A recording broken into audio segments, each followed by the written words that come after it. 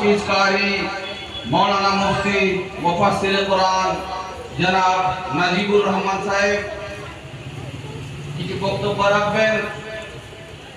তারপর ইনশাআল্লাহ কোরআনের মাহফিল কেরাতের মাহফিল আরম্ভ করা হবে।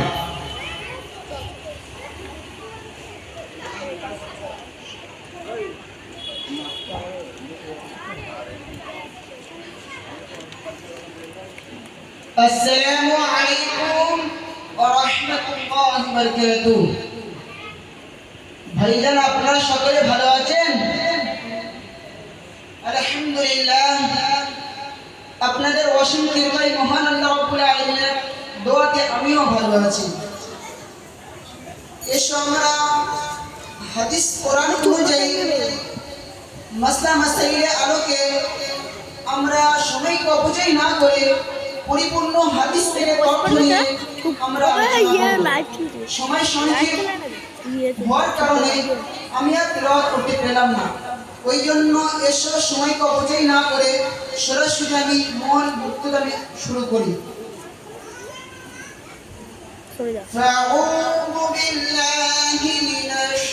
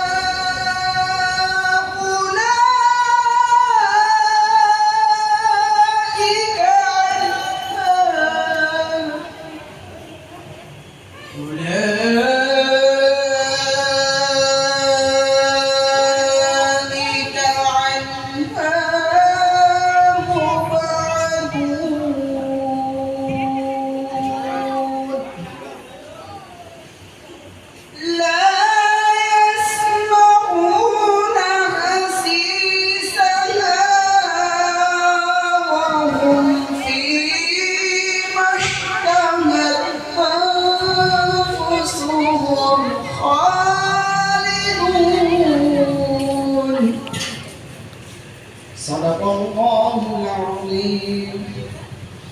وقال النبي صلى الله عليه وسلم قال: رأيت الليلة أسري برجال تقرضهم شفاهم بمقارب من النار، أو كما قال عليه الصلاة والسلام.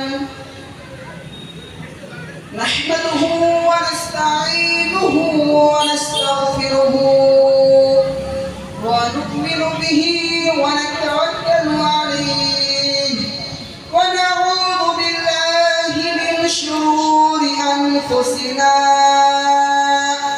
ومن سيئات أعمالنا. من يهده الله فلا مضل له ومن يضلله فلا هادي له، وأشهد أن لا إله إلا الله وحده لا شريك له ولا نظير له ولا مثال له. الحمد لله. মহান আল্লাহ রাব্বুল আলামিন আরশের রহমতে আমরা সকলে আল্লাহ রাব্বুল আলামিনের কাছে প্রার্থনা জানাই, মহান আল্লাহ রাব্বুল আলামিন আমাদের সকলকে মাগরিবের 3 রাকাত ফরজ নামাজ পড়ার পরে আমাদেরকে একটি জান্নাতের মাহফিলের মধ্যে বসা তৌফিক দান করে সবার শুরু করতে পারে আলহামদুলিল্লাহ। তারপরে সৃষ্টি করেন মানব করেন নবী রাহমাতুল লিল আলামিন রাহমাতুল লিল আলামিন, যাকে না সৃষ্টি করলে মহান আল্লাহ রাব্বুল আলামিন কিছু সৃষ্টি করতেন না। সে হাবিবে রাহমাতুল লিল আলামিনের রওজা মুবারকে লাখ সালাম দরুদ বর্ষণ হোক। সকলে বলে আল্লাহুম্মা বারিক আলাইহি, আল্লাহুম্মা সাল্লি আলাইহি। দেখো, আমি আপনাদের সামনে একটি কোরআনে আয়াত তেলাওয়াত করেছি, ওই একটি হাদিস তেলাওয়াত করেছি। অতএব আমি আপনাদের সামনে কিছুক্ষণ এরকম 25টি প্রসেস রাখবো, যেই সময়গুলো আপনারা রিসার্চ করবেন, যেই বিষয়ে আপনারা বয়ান শুনতে চাইবেন, আমি সেই বিষয়ে বর্ণনা করব। 1 নম্বর হচ্ছে ইসলামের দিনের দাওয়াত। দিনের দাওয়াত দুনিয়াতে কেমনভাবে পৌঁছানো হয়েছে। 2 নম্বর হচ্ছে রাসূল সাল্লাল্লাহু আলাইহি ওয়াসাল্লামের তায়েফের বুকে কত কষ্ট করেছেন, এমনকি রাসূল সাল্লাল্লাহু আলাইহি ওয়াসাল্লামের মক্কি জীবনী, মাদা জীবনী, এরকম ভাবে রাসূল সাল্লাল্লাহু আলাইহি ওয়াসাল্লাম কেমনভাবে নির্যাতন হয়েছেন, কত কষ্ট স্বীকার করেছেন। আমরা যদি হাদিস কোরআন আলোকে জানতে চাই, ইনশাআল্লাহ আমরা বুঝতে পারবো। ওতে আমি আর লম্বা না টেনে আমি সরাসরি হাদিসের মধ্যে চলে যাই। আপনারা সকলে কি মানে একটু হাসি হবে, একটু আনন্দ হবে সেরকম শুনতে চান? যদি সেরকম শুনতে চান, তাহলে আমি একটি হাদিস বলবো এর পূর্বে, তারপরে আপনারা সকলে রিসার্চ করবেন এই হাদিসটি শুনতে চান কি না, হাসি ঠাট্টা করে এরকম হাদিস শুনতে চান কি না। ঠিক আছে, হলো সিলসিলাতুস সহিহা ওয়া দাঈফা, ইমাম নাসরুদ্দিন আলবানীর লেখা। তার হাদিসের মধ্যে 27 নম্বর হাদিসের মধ্যে বর্ণনা, তিনি বলেন ওয়া আন আনাস বিন মালিক রাদিয়াল্লাহু তাআলা আনহু সাহাবী আনাস বিন মালিক রাদিয়াল্লাহু তাআলা আনহু বর্ণনা। আনাস বিন মালিক তিনি কে ছিলেন? ওয়া কানা তাবিআন নবী সাল্লাল্লাহু আলাইহি ওয়াসাল্লাম, যিনি বিশ্বনবী রাহমাতুল লিল আলামিনকে 1 বছর নয় 2 বছর নয় রাসূল সাল্লাল্লাহু আলাইহি ওয়াসাল্লামকে 20 বছর খিদমত করেছেন। তিনি আনাস বিন মালিক ওয়া সাহিবাহু, এবং নবী সাল্লাল্লাহু আলাইহি ওয়াসাল্লামের সাহাবাদের মধ্যে ছিলেন। তিনি আনাস বিন মালিক থেকে বর্ণিত, তিনি বর্ণনা করেন قال النبي صلى الله عليه وسلم, হাবিব সাল্লাল্লাহু আলাইহি ওয়াসাল্লাম বর্ণনা করেন, রাসূল বলেন রাআইতুল লাইলাতান উসরিয়া বি রিজালান তুকরাতুহুম শাফাহুম বিমাকারিদিন মিনান নার। রাসূল বলেন মিরাজের রাতে জান্নাতকে ভ্রমণ করলাম, এমন সময় মিরাজের রাতে জাহান্নামকে ভ্রমণ করলাম। আমি জান্নাতকে ভ্রমণ করার পরে জান্নাতের মধ্যে অপরূপ সৌন্দর্য দেখতে পেয়েছি। জাহান্নামকে ভ্রমণ করার পরে জাহান্নামের মধ্যে যত কষ্ট, তত দুঃখ, বেদনা, সমস্ত সব কিছু দেখতে পেরেছি। কিন্তু জাহান্নামের মধ্যে ভ্রমণ করার পরে এমন কিছু সম্প্রদায় মানুষ আছে, তাদেরকে কঠিন শাস্তি দেওয়া হচ্ছে। এবং কোনো ব্যক্তিকে তাদের জীবগুলো আগুনের কাছে দ্বারাই কাটানো হচ্ছে, কারণ জীবগুলো আগুনের আকৃতি দ্বারা উপরে টাঙানো হচ্ছে, কারণ আগুনের কাছে দ্বারা টুকরো টুকরো করা হচ্ছে। রাসূল বলেন আমি এরকম শাস্তি দেখছিলাম, কিন্তু তাদের মধ্যে এমন এক সম্প্রদায় মানুষকে আমি দেখতে পেলাম, তুকরাতুহুম শাফাহুম বিমাকারিদিন মিনান নার। রাসূল বলেন তাদের ঠোঁটগুলো এবং জিহ্বাগুলো আগুনের কাঁচি দ্বারাই কাটানো হচ্ছে। ফাকুলতু মান হাউলাই জিবরিল, রাসূল বলেন আমি জিবরিল আমিনকে জিজ্ঞাসা করলাম, বলো বলো জিবরিল, এরা যাদের আগুনের কাঁচি দ্বারা হোঁট এবং জিহ্বাগুলো কাটানো হচ্ছে এরা কারা? জিবরিল ইসলাম বলতে লাগলেন হাউলাই উম্মাতিকাল খুতাবা। জিবরিল আমিন বলতে লাগলেন ইয়া রাসূলুল্লাহ, হাবিবাল্লাহ, এই সম্প্রদায় মানুষগুলো আপনার ওই উম্মতের ওই বক্তাগণ, এই সম্প্রদায় মানুষগুলো আপনার উম্মত, আপনার উম্মতের এই বক্তাগণ, আপনার উম্মতের বক্তাগণ, আপনার উম্মতের বক্তাগণ আল্লাযীনা ইয়ামুরুনান নাস, যারা মানুষকে সৎ কাজের দিকে আহ্বান করত, ওয়ালা ইয়ানসাউনা আনফুসাহুম, এবং কিন্তু মন্দ কাজে নিষেধ করত না। আপনার উম্মতের এই বক্তাগণ যারা হাদিস কোরআনের বিক্রিকে করে, যারা হাদিস কোরআন বানিয়ে বলতো, শুধু তাও নাই, ইয়া রাসূলুল্লাহ, হাবিবাল্লাহ, এই সম্প্রদায় মানুষের হচ্ছে আপনার উম্মতের বক্তাগণ যারা নিজে নিজে হাদিসে গুলো বানিয়ে বলতো। আপনি যা বলেননি, আপনার সাহাবাগণ যা বলেননি, মানুষগুলো সে সময়গুলো নিয়ে এরকম নিজের তথ্য দিয়ে পানি বলতো। শুধু তাই নয়, ইয়া রাসূলুল্লাহ হাবিবাল্লাহ, আপনি যে সমস্ত কথাগুলো বর্ণনা করেনি আপনার দিকে নিসবত করেন, এরা নিজে নিজে বলতে এগুলো রাসূল সাল্লাল্লাহু আলাইহি সাল্লাম বলতে বলেছেন। এরকম বলে আপনার উপরে এরকম পদ দিত। রাসূল সাল্লাল্লাহু আলাইহি সাল্লামকে বিষয় যখন করার পরে জিবরিল আমিন বলতে লাগলেন, ইয়া রাসূলুল্লাহ হাবিবাল্লাহ, এদেরকে এই জন্য আগুনের কাছে দাঁড়াই কাটানো হচ্ছে। এরা মানুষকে বলতো আল্লাযীনা ইয়া'মুরুনা আন-নাস বিল মারুফ, তারা মানুষকে সৎ কাজের দিকে আহ্বান করতো। ওয়ালা ইয়ানসাউনা আনফুসাহুম, কিন্তু মন্দ কাজ থেকে নিষেধ করতো। কিন্তু মন্দ কাজ থেকে নিষেধ করতো তা ঠিক আছে। আল্লাযীনা ইয়া'মুরুনা আন-নাস বিল মারুফ, তারা মানুষকে বলতো তোমরা কেউ মদ খেও না। তারা নিজে মদ খায় অন্যান্য গোপন ভাবে। তারা বলে তোমরা সুদ খেও না। তারা সুদের ব্যবসা করতো। এরকম সম্প্রদায় আলিমগুলো পাওয়া যেত। ওই জন্য আমি আপনাদেরকে বলি, আপনারা হাদিস কোরআন অনুযায়ী মাসলা মাসাইল অনুযায়ী আপনারা হাদিস কোরআন শ্রবণ করতে চান না, আপনারা ওরকম ভাবে যেমন ভিত্তিহীন বর্ণনা করা হয় আর শ্রোতাদেরকে মন মগজ করার জন্য, মনকে ভালোবাসার জন্য শ্রোতাদেরকে হাসানো হয়, এই সমস্ত বয়ান শুনতে যান। বিশেষ করে কোন সম্প্রদায় গান শুনতে যান? হাদিস কোরআন অনুযায়ী না। যদি হাদিস কোরআনের বাইরে অনুযায়ী অন্য কোনো বয়ান যদি শোনো, তাহলে একটি জিনিস জেনে রেখিও, তো কোরাতুহুম শাফাহুম বিমা কাওয়ালিদ মিনান নার। রাসূল বলেন তাদের সম্প্রদায় মানুষগুলো যে মানুষটি বক্তব্য দিচ্ছে এবং যারা সকল শুনছে সকলকে জাহান্নামের আগুনের কাঠি দ্বারাই তাদের হোঁঠগুলো কাটানো হচ্ছে। এই জন্য আমি পারবো না আমার হোঁটকে কাটাতে। ওই যে আমি সম্প্রদায় পরিপূর্ণ সহিহ হাদিস থেকে আপনার সামনে বক্তব্য রাখি। সবার প্রথমে রাখবো রাসূল সাল্লাল্লাহু আলাইহি ওয়াসাল্লাম কেমন ভাবে দিনের দাওয়াত দিয়েছেন সে সম্প্রদায়কে রাখবো। দৃষ্টান্ত নাম্বার 4, রাসূলুল্লাহ সাল্লাল্লাহু আলাইহি ওয়াসাল্লাম প্রথমে গোপন দাওয়াত দিলেন। তারপর রাসূল সাল্লাল্লাহু আলাইহি ওয়াসাল্লামের উপরে নির্মিত আইন নাযিল হওয়ার পর হাবিব সাল্লাল্লাহু আলাইহি ওয়াসাল্লাম দ্বীনের প্রকাশ্য দাওয়াত দিলেন। হলো সদরির সহিহ বুখারী হাদিস নাম্বার 4770 নাম্বার হাদিসের বর্ণনা। বুখারী শরীফে মোট হাদিস সংখ্যা হবে 7563। কিতাবুদ দাওয়াত বাবুদ দাওয়াতির রাসূল, এই সম্প্রদায় রাসূল সাল্লাল্লাহু আলাইহি ওয়াসাল্লাম দ্বীনের দাওয়াত দিয়েছেন সে সম্প্রদায়কে হাদিস বর্ণনা করা হয়েছে। বাবু দাওয়াতির রাসূল, বিশ্বনবী রাহমাতুল লিল আলামিন কেমন ভাবে দ্বীনের দাওয়াত দিয়েছেন সেই সম্প্রদায়কে হাদিসকে বর্ণনা করা হয়েছে। وعن عبد الله بن عباس رضي الله تعالى عنهما قال,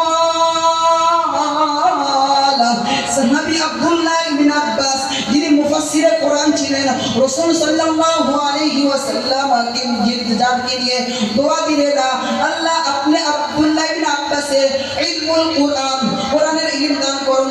তার থেকে তিনি বর্ণনা করেন, قال النبي صلى الله عليه وسلم لما نزلت هذه الآية, যখন রাসূল সাল্লাল্লাহু আলাইহি ওয়াসাল্লামের উপর সূরাতুশ শূরা 214 নম্বর আয়াতে অবতীর্ণ হলো, وأنذر عشيرتك الأقربين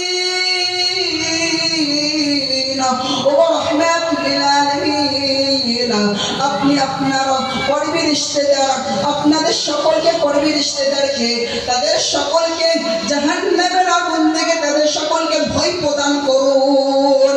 এই সম্প্রদায় যখন আয়াত অবতীর্ণ হলো, রাসূল সাল্লাল্লাহু আলাইহি ওয়াসাল্লাম তারপরে কি করতে লাগলেন দেখেন, সাইদান নবী সাল্লাল্লাহু আলাইহি ওয়াসাল্লাম আলা সাফা, প্রিয় হাবিব সাল্লাল্লাহু আলাইহি ওয়াসাল্লাম সাফা পর্বত উপর আরোহণ করলেন। জোরে বলুন সুবহানাল্লাহ। ফাকালা ইনাদি ইয়া বানি ফিহর ইয়া বানি আদি লিবুতুনি কুরাইশ, রাসূলুল্লাহ সাল্লাল্লাহু আলাইহি ওয়াসাল্লাম কুরাইশের দিকে নিসবত করে দাওয়াত দিতে লাগলেন, ও বানি আদি, ও বানি কুরাইশ লিবুতুনি কুরাইশ। রাসূলুল্লাহ সাল্লাল্লাহু আলাইহি ওয়াসাল্লাম সাফা পর্বতের কুরাইশের ভিন্ন ভিন্ন গোত্রের দিকে আহ্বান করতে লাগলেন। এবার বুঝতে পারলেন তো ভাই? দেখেন, এরকম ভাবে চুপ করে বসে থাকলে মজা লাগবে না। আপনারা বুঝতে পারলেন হ্যাঁ বলবেন, যদি বুঝতে না পারেন আমাকে বলবেন না, আমি ফির রিভাইজ করে বলবো, ঠিক আছে? এবার বুঝতে পারলেন তো? রাসূল সাল্লাল্লাহু আলাইহি ওয়াসাল্লাম যখন তিনি দাওয়াত দেওয়ার পরে রাসূল সাল্লাল্লাহু আলাইহি ওয়াসাল্লাম সমস্ত কুরাইশদেরকে যখন আহ্বান করতে লাগলেন, বর্ণনা করে আব্দুল্লাহ বিন আব্বাস বলেন, হাত্তা ইজতামাউ ফাজাল الرجل اذا لم يستطع ان يخرج ارسل رسولا لينظر معه। রাসূলুল্লাহ সাল্লাল্লাহু আলাইহি ওয়াসাল্লামের কথা শুনে পুরো সমস্ত মক্কাবাসীরা তারা সকলে একে জড়ো হতে লাগলেন রাসূল সাল্লাল্লাহু আলাইহি ওয়াসাল্লামের সামনে। এবং যে ব্যক্তি আসতে পারলো না সে তার নিজে প্রতিনিধি পাঠিয়ে দিলেন, যেতে মুহাম্মদুর রাসূলুল্লাহ, যাও মুহাম্মদ কি বলে দেখে এসো এবং আমাকে বলো। যে ব্যক্তি নিজে আসতে পারলো না তার নিজে প্রতিনিধি পাঠিয়ে দিলেন। এবং রাসূল সাল্লাল্লাহু আলাইহি ওয়াসাল্লাম তখন মধ্যে সমস্ত কুফার মুশরিকদের মধ্যে বড় বড় leader Abu Lahab, Utba ibn Shaiba, Abu Jahl, সমস্ত বড় বড় লিডার ওখানে উপস্থিত হলেন। এমন সময় রাসূল সাল্লাল্লাহু আলাইহি ওয়াসাল্লাম আবু লাহাবকে দিকে বলতে লাগলেন, ও আবু লাহাব, চাচা যান, আপনি কি আমাকে ভালোবাসেন? আবু লাহাব বলতে লাগলেন, মুহাম্মদ তোমাকে কত ভালোবাসি, কেমন করে বলো মুহাম্মদ? তুমি যখন দুনিয়ার বুকে তখন জন্ম নিলে না, তোমার কথা যখন আমার বাড়ি যখন সফিয়া যখন এই কথা যখন আমাকে বলে, আবু লাহাবের একটা বাড়ি ছিল যেই বাড়িকে নাম হচ্ছে সফিয়া। আমার তখন বাড়ি যখন আপনার কথাকে যখন বর্ণনা যখন করে করার পরে আমি এত খুশি হয়েছি আপনার হওয়ার কারণে। আমার বাড়িকে আমি আজাদ করে দিলাম, যেই বাড়িকে মক্কা শহরের মধ্যে 100 কোটি টাকা দাম উঠেছিল, যে সফিয়াকে, ওই সফিয়াকে আমি আজাদ করে দিয়েছি আপনার ভালোবাসার মধ্যে। শুধু তাও নাই মুহাম্মদ, তোমাকে কি বলবো, তুমি এখন দুনিয়ার বুকে যখন জন্মগ্রহণ করলেন, আমি মক্কার মধ্যে অলিতে গলিতে সমস্ত সব জায়গা আমি বলতে পেরেতাম, দেখো মুহাম্মদ আমার ভাই আব্দুল্লাহ চলে গিয়েছে, না কি হয়েছে? মা আমিনার ঘরে আমার একটি লাল এসেছে, যার সুন্দর আসমান জমিন যার কাছে ঘাড় মিলে যায়, এত সুন্দর ফুটফুটে বাচ্চা এসেছে। আপনার কথা বলতে লাগলাম, চাচা জান আপনি আমাকে ভালোবাসেন। আবু লাহাব এরকম ভাবে রাসূল সাল্লাল্লাহু আলাইহি সাল্লামকে সমস্ত সবার সামনে তারিফ করতে লাগলেন। এমন সময় দেখা যায় রাসূল সাল্লাল্লাহু আলাইহি সাল্লাম বলতে লাগলেন, তবে চাচা জান আমি কোন একটি কথা বললে আমার কথাকে বিশ্বাস করবে।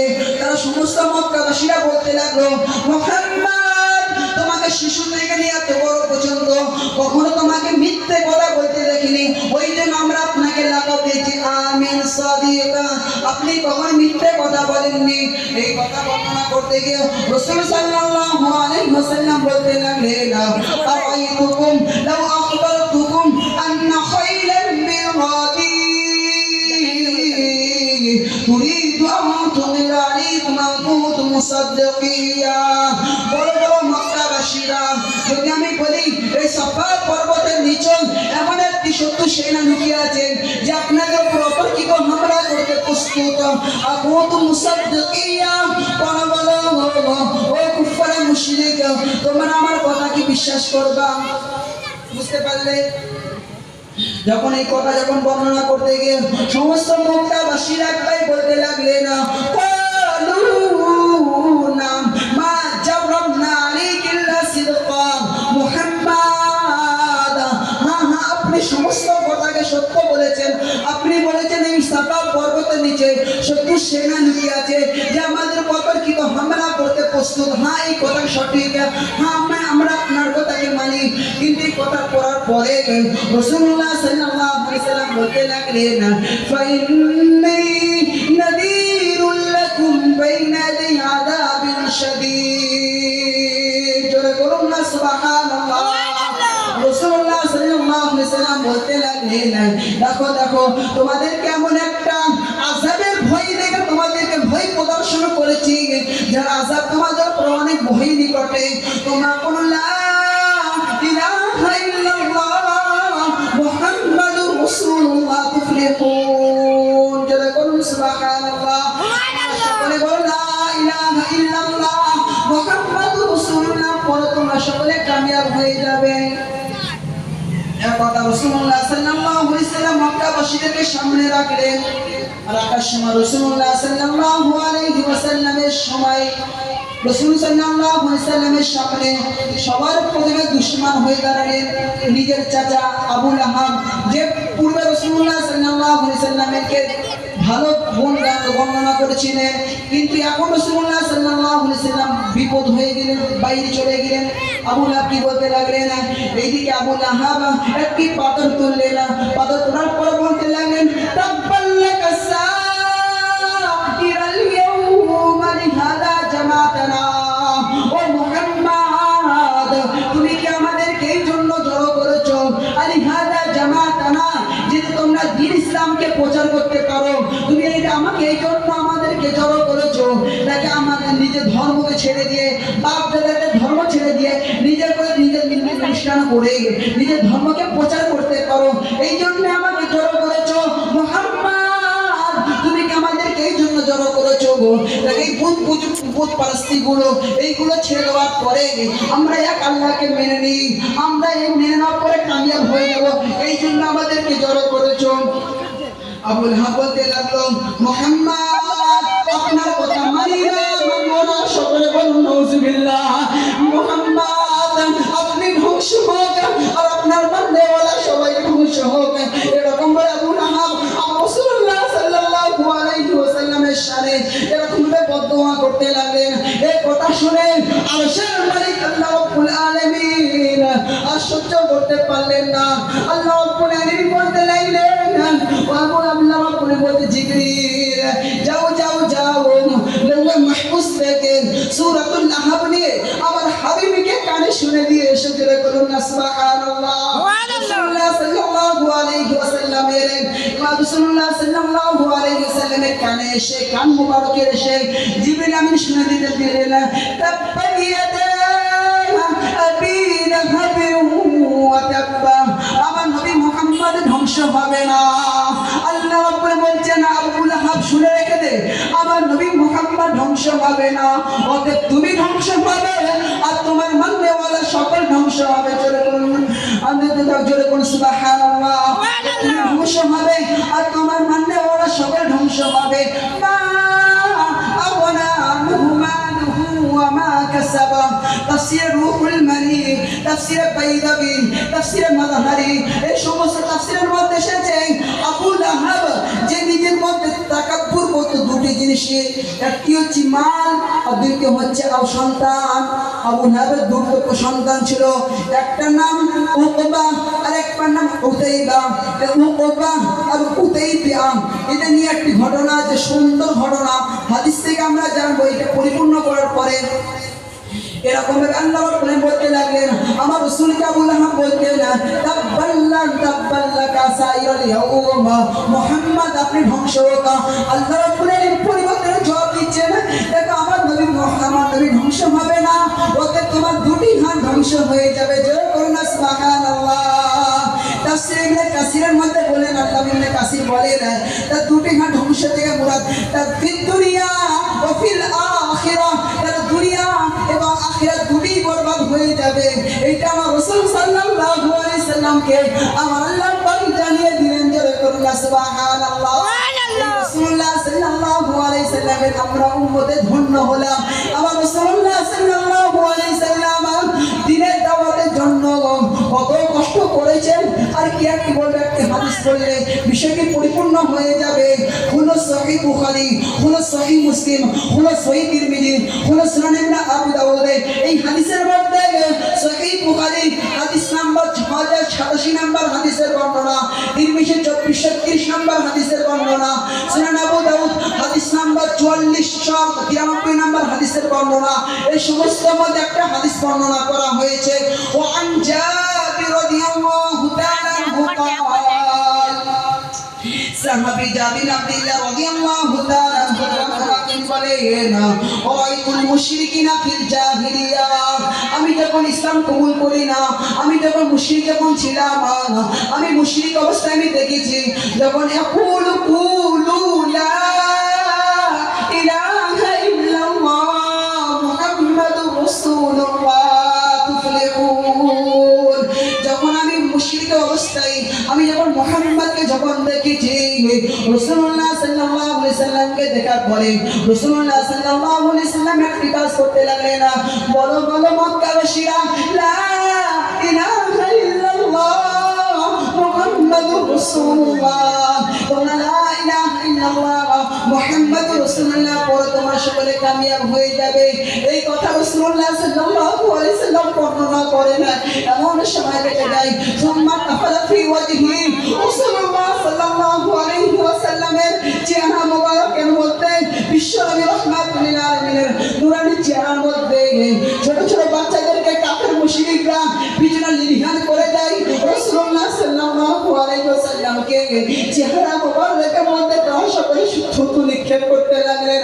শুধু তাও নাই, সুম্মা ইয়াদরিয়া সাফিয়া, এমনকি রাসূলুল্লাহ সাল্লাল্লাহু আলাইহি ওয়াসাল্লামের সুন্দর বদন মোবারকের মধ্যে রাসূলুল্লাহ সাল্লাল্লাহু আলাইহি ওয়াসাল্লামকে হাত দিয়ে আঘাত করতে লাগলেন। এমন সময় রাসূলুল্লাহ সাল্লাল্লাহু আলাইহি ওয়াসাল্লামকে বলতে লাগলেন ইন্নাহু সাহিবুকুম বিমাজনুন, এরা হচ্ছে পাগল, এরা হচ্ছে পাগল। এরকম রাসূলুল্লাহ সাল্লাল্লাহু আলাইহি ওয়াসাল্লামকে কষ্ট দিতে লাগলেন। রাসূলুল্লাহ সাল্লাল্লাহু আলাইহি ওয়াসাল্লাম শুধু কথা একটি ছিল, তোমরা লা ইলাহা ইল্লাল্লাহ বলে নাও, তোমরা সকলে কামিয়াব হয়ে যাবে। এই কথা বর্ণনা করে, এই কথা রাসূলুল্লাহ সাল্লাল্লাহু আলাইহি ওয়াসাল্লাম বর্ণনা করার কারণে কাফের মুশরিকরা এরকম ভাবে রাসূলুল্লাহ সাল্লাল্লাহু আলাইহি ওয়াসাল্লামকে কষ্ট দিতে লাগলেন।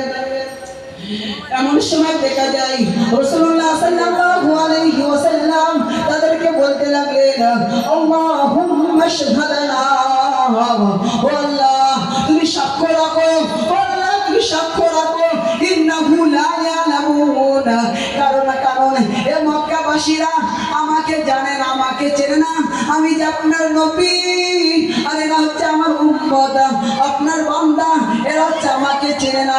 এই জন্য আমাকে ও সাজা দেওয়ার কারণে, আমাকে নির্যাতন দেওয়ার কারণে আপনি এদের উপরে আযাব দেবেন না, এদের সকলকে মাফ করে দাও।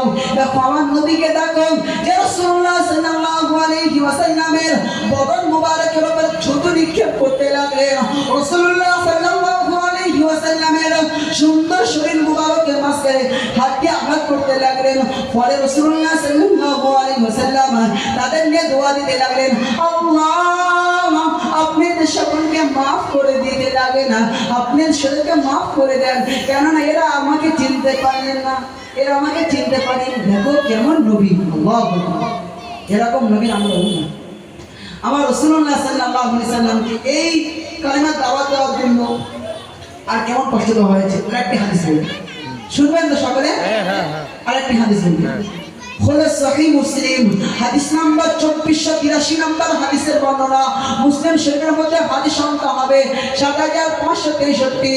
এই মোবাইলের মধ্যে একটি অ্যাপস আছে, যে অ্যাপসে মুসলিম শরীফ ডাউনলোড করা হয়েছে, সেই অ্যাপসের মধ্যে হাদিস বর্ণনা করা হয়েছে এবং মাদ্রাসা সিলেবাসের মধ্যে অর্থাৎ ক্লাসের নিজের মধ্যে যে হাদিসগুলো বর্ণনা করা হয় সেই হাদিসের সংখ্যা হবে 3333। সেই মধ্যে একটি হাদিসের মধ্যে বর্ণনা করা হয়েছে, বর্ণনাকারী হচ্ছে হযরত আয়েশা সিদ্দিকা রাদিয়াল্লাহু তাআলা আনহা। আয়েশা সিদ্দিকা রাদিয়াল্লাহু তাআলা আনহা বলেন, এই কথাটি বুখারীর মধ্যে এসেছে, রাসূলুল্লাহ সাল্লাল্লাহু আলাইহি সাল্লামকে একসময় আয়েশা সিদ্দিকা রাদিয়াল্লাহু তাআলা প্রশ্ন করতে লাগলেন, হাল আতা আলাইকা আশাদ্দু কানা ইয়াউম উহুদ, ইয়া রাসূলুল্লাহ হাবিবাল্লাহ হুজুর, উহুদের দিন যে কঠিন কোন দিনে আপনি কি সম্মুখীন হয়েছেন? উহুদের দিন থেকে কঠিন কোন দিন আপনি কোন বিপদের সম্মুখীন হয়েছেন যে উহুদের মধ্যে রাসূলুল্লাহ সাল্লাল্লাহু আলাইহি ওয়াসাল্লামের সামনে দুটি দাঁত মোবারক শহীদ হয়ে গিয়েছে, সেই উহুদের ময়দান থেকে আপনি কি কোন কঠিন দিনের বিপদের সম্মুখীন হয়েছেন? এই কথা রাসূলুল্লাহ সাল্লাল্লাহু আলাইহি ওয়াসাল্লাম যখন আয়েশা সিদ্দিকা রাদিয়াল্লাহু তাআলা আনহা যখন রাসূলুল্লাহ সাল্লাল্লাহু আলাইহি ওয়াসাল্লামকে যখন বলার পরে রাসূলুল্লাহ সাল্লাল্লাহু আলাইহি ওয়াসাল্লাম বলতে লাগলেন, ইয়া আয়েশা, আয়েশা তোমাকে কি বলবো, লাকাদ